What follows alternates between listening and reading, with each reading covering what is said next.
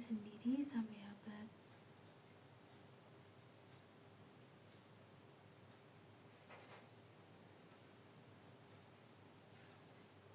pada abad 28 belum ada satupun pondok pesantren atau masjid. Pada kesenian, penyebaran Islam melalui kesenian saat itu biasanya dilakukan dengan mengundang masyarakat untuk menyaksikan pertunjukan seni, misalnya seni gamelan. Dengan berkumpulnya masyarakat dalam pertunjukan tersebut dapat disampaikan dakwah keagamaan melalui cerita-cerita pewayangan. Dengan cara demikian, masyarakat lebih mudah menghafal dan memahami agama Islam. Contohnya adalah yang dilakukan oleh Sunan Kalijogo dengan wayang atau kekepohan yang menggunakan doa berbahasa Arab. Pada tasawuf, para sufi atau ahli tasawuf biasanya hidup dalam kesederhanaan. Mereka berusaha menghayati kehidupan masyarakat dengan hidup di tengah-tengah masyarakat. Biasanya mempunyai keahlian yang berguna buat masyarakat, misalnya doanya dikabulkan Tuhan.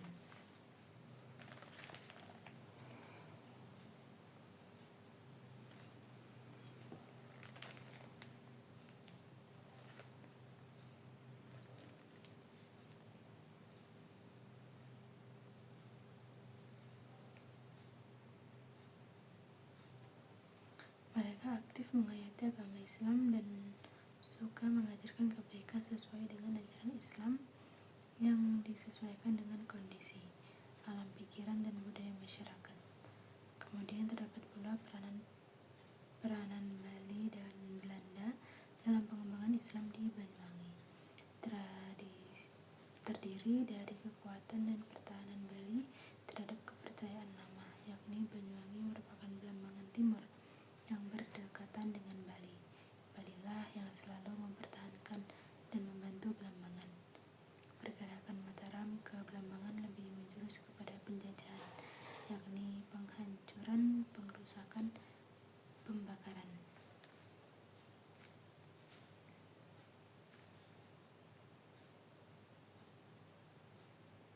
Sebagai akibatnya, rakyat Belambangan lebih condong ke Bali yang memegang teguh kepercayaan kuno mereka, bahkan hingga saat ini. Keberadaan kerajaan yang pernah berdiri di Belambangan Timur dibuktikan dengan adanya situs Tembu Rejo, situs Macan Putih, dan situs Bayu. Agama yang dianut di Bali adalah Siwa Buddha, namun paham Trimurti dijadikan dasar keagamaan. Disusunnya struktur masyarakat adalah salah satu contoh kekuatan kepercayaan kuno yang dipimpin oleh orang-orang yang cinta agama, sedangkan tempat-tempat pemujaan adalah tempat berkumpul dan menjadi kesatuan batin yang menggerakkan jasmani dan tekad. Demikian pula dengan para keturunannya terus memelihara dengan baik acara-acara religius yang sudah tertanamkan. Selanjutnya yakni peranan Bali terhadap Belambangan. Kekuatan dari timur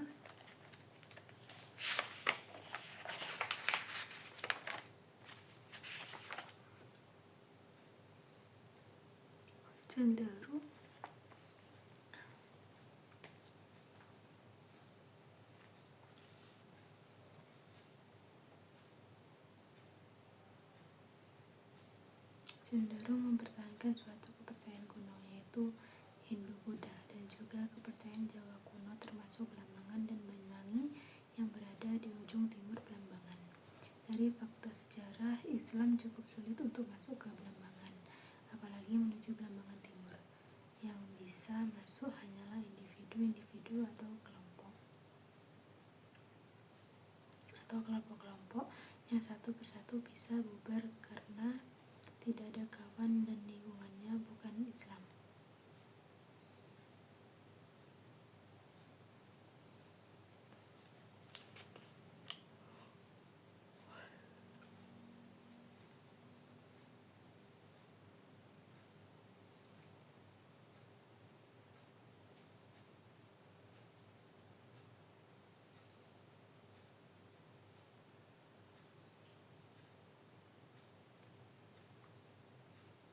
Ketika akan masuk melalui Majapahit, terhalang oleh Patih Mahodara.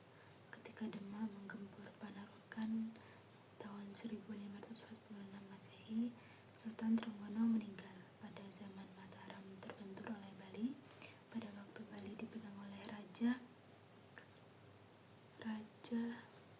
Dalem Gel Sri Wahurenggong tahun 1460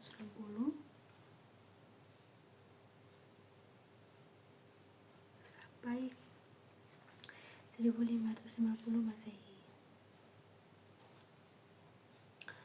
Kota diserang pasukan dari Pasuruan yang mendarat di Bali. Sri Wahurenggong memimpin pasukan dan terjadilah pertempuran sengit dan pasukan Pasuruan mengundurkan diri.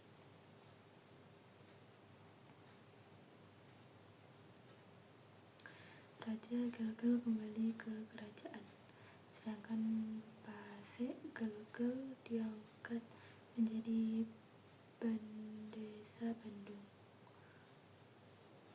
Pasek Gelgel tinggal di Banjar Paraupan Kangen, Desa Pagujangan, daerah Badung.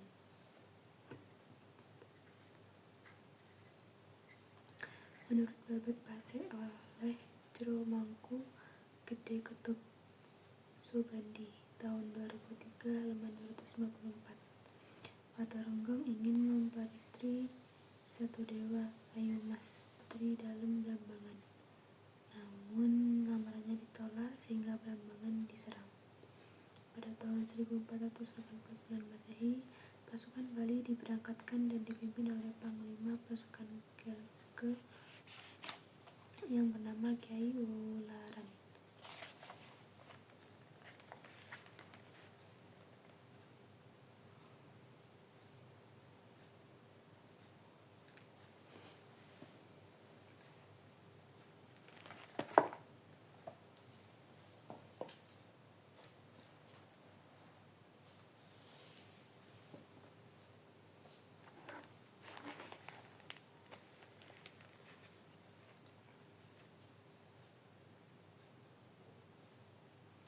Terdapat pula Wayan Jayaputra I Gusti Tohjaya, Wadi Sekar, Nyoman Sandap, dan Pasek Wanda.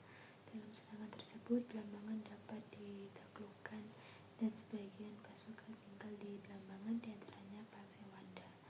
Dalam buku Kerajaan Islam Pertama di Jawa oleh H. de Graaf dan Th. Bijoet tahun 2001,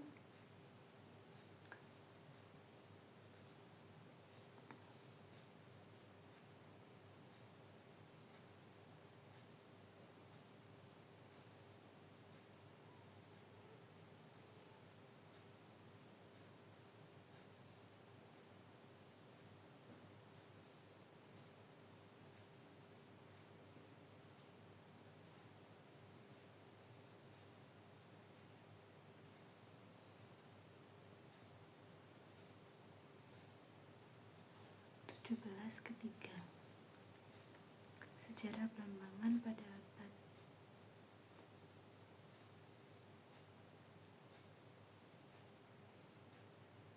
Pada abad 16, Blambangan direbut oleh Raja Islam dari Pasuruan pada sekitar 1600 Masehi. Disebutkan pula bahwa Sanjuro dan Wahurenggong masih bersaudara, yakni keturunan Raja Kepakisan dari Samprangan, putri Raja Blambangan lari ke Pasuruan. Data ini tidak bisa dianalisa. Raja Blambangan beragama Hindu, sedangkan saat itu juga pasukan masih dikuasai kerajaan Hindu dengan rajanya Manak Supeta. Kemudian adanya peranan Belanda dalam mengislamkan Blambangan. Penyebaran Islam di Jawa dilakukan dengan beragam cara, baik melalui para wali, melalui kekuasaan Demak dan Mataram, sebagaimana dijelaskan di depan, bisa melalui perdagangan, politik, budaya, dan lain-lain. Namun mengapa proses penyebarannya lama? Hal ini dikarenakan tingkat kesulitan yang tinggi sebagaimana dijelaskan di muka agama dan budaya lama yang sudah berurat akar dalam masyarakat.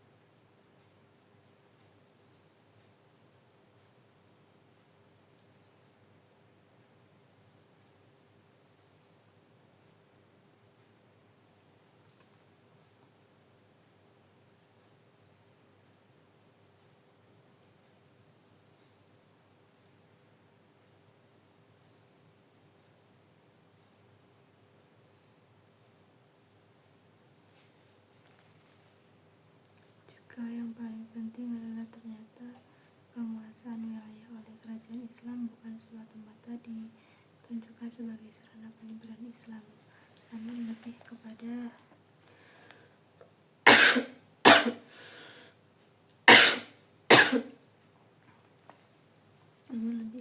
pengrusakan atau penjarahan atau penguasaan atau penjajahan.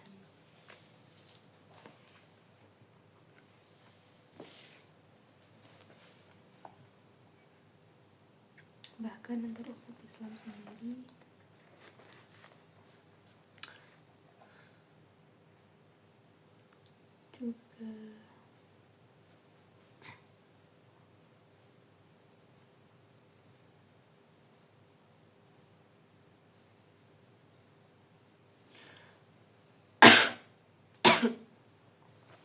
juga saling bertempur satu dengan yang lain, seperti Mataram yang menyerang Surabaya Islam dan Pasuruan Islam.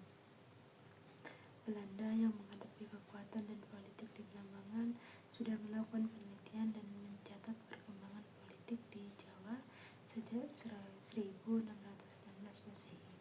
Kerajaan Islam pertama oleh H.C. de Graaf dan Th. Piaget tahun 2001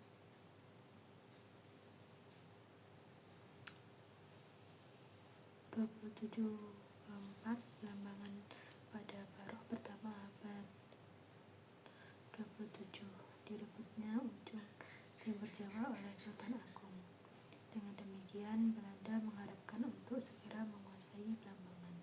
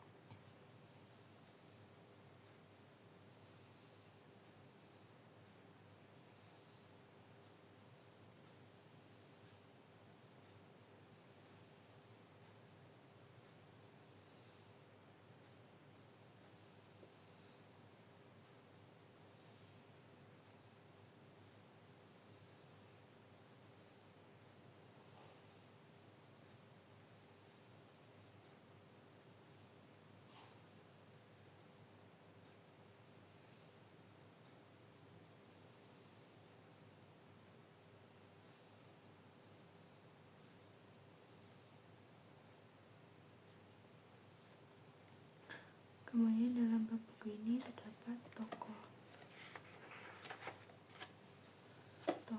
Islam dan perannya. Dengan adanya peranan penting Belanda dalam mengislamkan Banyuwangi,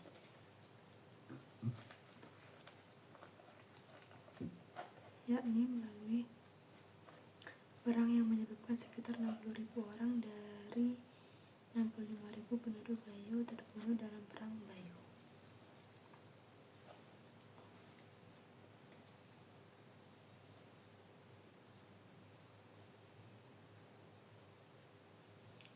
Maka dengan mudahnya orang-orang Islam dari luar Banyuwangi masuk dan menyebarkan serta mengembangkan agama Islam.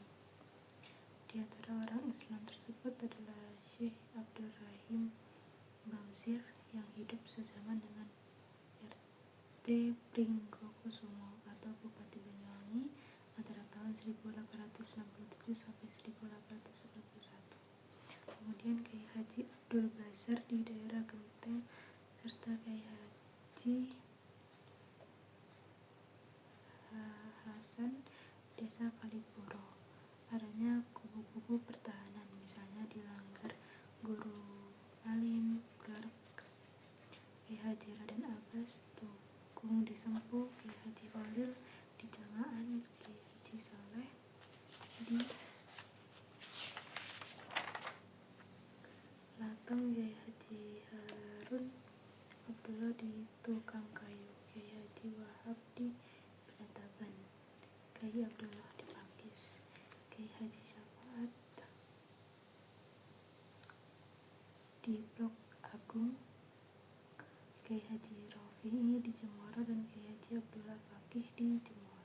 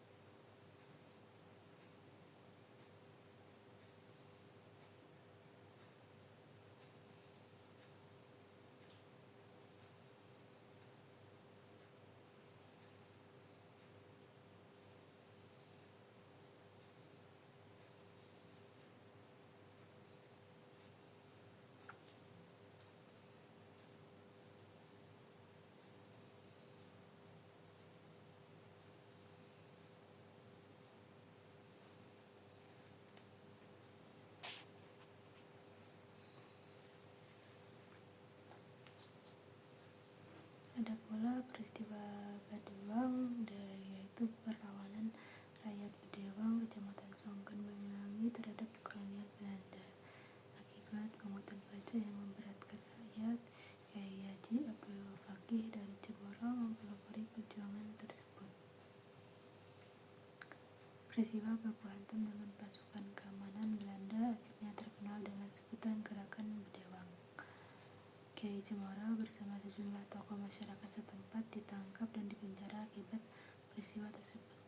Di awal revolusi 1945, kiai yang sudah sepuh tersebut dilepaskan.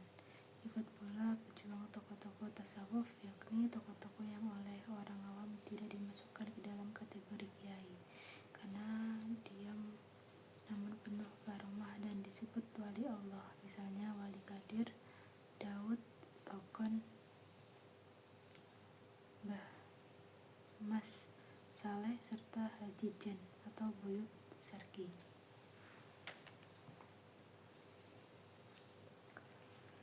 Kemudian selanjutnya akan dijelaskan adanya Masjid Presiden Republik Indonesia.